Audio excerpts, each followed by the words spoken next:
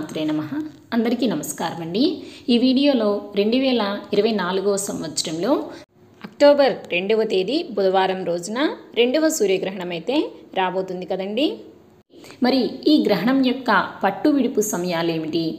ఈ గ్రహణం భారతదేశంలో కనిపిస్తుందా లేదా? మరి ఏ ప్రాంతాల్లో ఈ గ్రహణం అయితే కనిపిస్తుంది? భారతదేశంలో ఉండే గర్భిణీ స్త్రీలు గ్రహణ నియమాలను తప్పనిసరిగా పాటించాలా?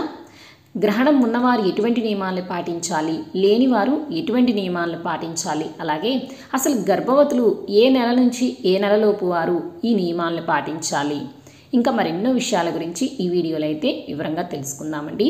వీడియోని మీరు ఎక్కడా కూడా స్కిప్ చేయకుండా మొదటి నుంచి చివరి వరకు అయితే చూసి ఏమైనా డౌట్స్ ఉంటే ఇంకా నాకు కామెంట్స్లో అయితే తెలియచేయండి.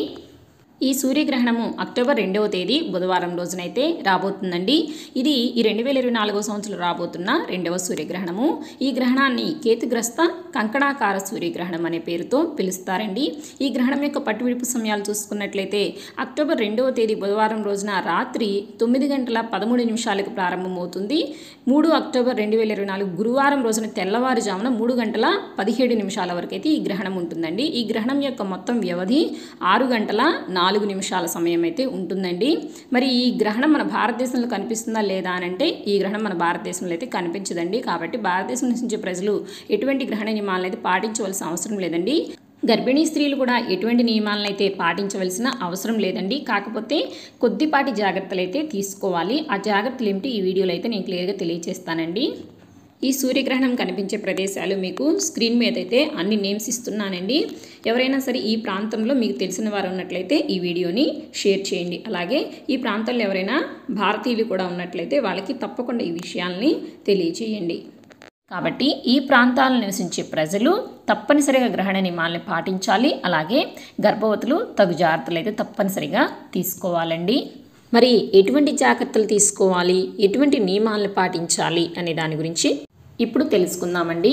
ముఖ్యంగా అందరికి వచ్చే సందేహం ఏమిటి అంటే ఏ నెలలోపు వారు ఈ నియమాలను పాటించాలి అని చాలామందిలో సందేహం అయితే ఉంటుందండి. ముఖ్యంగా 3వ నెల నుంచి 7వ నెలలోపు వారు గర్భవతులు ఈ నియమాలను తప్పనిసరిగా పాటించాలండి. ఎందుకంటే ఆ టైంలోనే బేబీ ఆర్గాన్స్ అనేవి ఫామ్ అవుతూ ఉంటాయి. కాబట్టి తప్పనిసరిగా 3వ నెల నుంచి 7వ నెలలోపు వారు ఈ నియమాలను తప్పనిసరిగా అయితే పాటించండి. అట్లా అని మిగతా వారు పాటించకూడదని కాదండి, మిగతా వారు కూడా తప్పనిసరిగా పాటించాలి. గ్రహణాన్ని అయితే మీరు డైరెక్ట్గా అయితే చూడకూడదండి. అలాగే గ్రహణం ఉన్న సమయంలో మీరు ఒక గదిలోనే ఉండి రెస్ట్ తీసుకోవాలి. అలాగే గ్రహణ సమయంలో ఎటువంటి ఆహార పదార్థాలను అయితే తీసుకోవద్దండి. కేవలం లిక్విడ్స్ మాత్రమే తీసుకోండి. అలాగే ఇంట్లో ఏమైనా ఆహార పదార్థాలు నిలవ ఉన్న ఆహార పదార్థాలు ఉన్నట్టయితే వాటి మీద తులసి ఆకులను కానీ లేదా దర్పలను కానీ వేసి ఉంచుకోండి. అలా చేయటం వల్ల ఎటువంటి దోషం అనేది ఉండదండి. అలాగే గ్రహణానికి ముందు గ్రహణం తర్వాత పట్టు విడుపు స్నానాలు అనేవి తప్పనిసరిగా చేయండి. ఎందుకు అని అంటే గ్రహణ ప్రభావం అనేది ఇలా చేయటం వల్ల తొలగిపోతుందన్నమాట.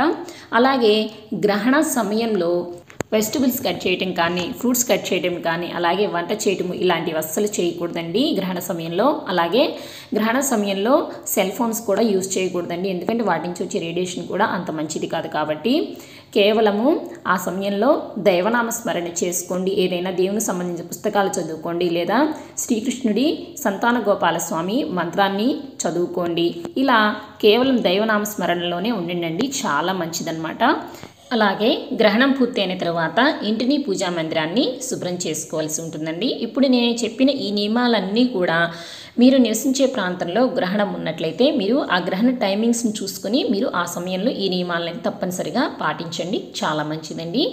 మరి గ్రహణం లేనివారు ఎటువంటి నియమాలను పాటించాలో కూడా ఇప్పుడు నేను తెలియజేస్తానండి. గ్రహణం లేదంటున్నారు కదండి, ఎందుకు నియమాలు పాటించాలని మీరు అనుకోవచ్చు. ఎందుకు అని అంటే మనకి సృష్టి మొత్తానికి కూడా సూర్యచంద్రులు అనేవారు ఒకరే ఉంటారండి. కాబట్టి ప్రకృతిలో ఆ గ్రహణ ప్రభావం అనేది ఎంతో కొంత ఉంటుంది. కాబట్టి గర్భవతులు ఎంతో జాగ్రత్తగా ఉండాలండి 9 నెలలు కూడా. కాబట్టి ఎటువంటి అనుమానము సందేహము లేకుండా మనకి బిడ్డ అందంగా ఆరోగ్యంగా పుట్టాలి. కాబట్టి మనము కొన్ని జాగ్రత్తలు అయితే గ్రహణం లేకపోయినా కూడా తీసుకోవాలండి. అవేమిటి అని అంటే గ్రహణం ఉన్న సమయంలో మీరు ఇంట్లో నుంచి అయితే బయటకు అస్సలు రాకండి. మీరు ఇంట్లో ఉండి అన్ని పనులు అయితే చేసుకోవచ్చండి, కానీ బయటకు అయితే మాత్రం రావద్దు. ఏదైనా మీరు అత్యవసర పరిస్థితుల్లో రావాల్సి వస్తే మీ వెంట తులసిని కానీ అలాగే దర్భను కానీ మీ వెంట తెచ్చుకోండి. ఇప్పుడు ఈ సూర్యగ్రహణం మనకి ఇండియాలో రాత్రిపూట 9 గంటల 13 నిమిషాలకైతే వస్తుందండి. కాబట్టి గర్భిణీ స్త్రీలు ఏంటంటే ఒక 2 గంటల ముందలే ఆహారాన్ని అయితే తీసుకొని ఆ టైంకి అయితే రెస్ట్ తీసుకోండి. ఎటు నైట్ టైమే వస్తుంది కాబట్టి 9 గంటల కంటే ఆల్మోస్ట్ అందరూ కూడా ఫుడ్ తినేసి ఉంటారు కదా, రెస్ట్ తీసుకుంటూ ఉంటారు. కాబట్టి ఆ టైంలో మీరు సెల్ ఫోన్ యూజ్ చేయకుండా ప్రశాంతంగా ఏదైనా దేవుడి మంత్రాలను కానీ ఏదైనా దేవుడికి సంబంధించిన పుస్తకాలు కానీ అలాంటివి చదువుకుంటూ రెస్ట్ తీసుకుంటే చాలా మంచిదండి.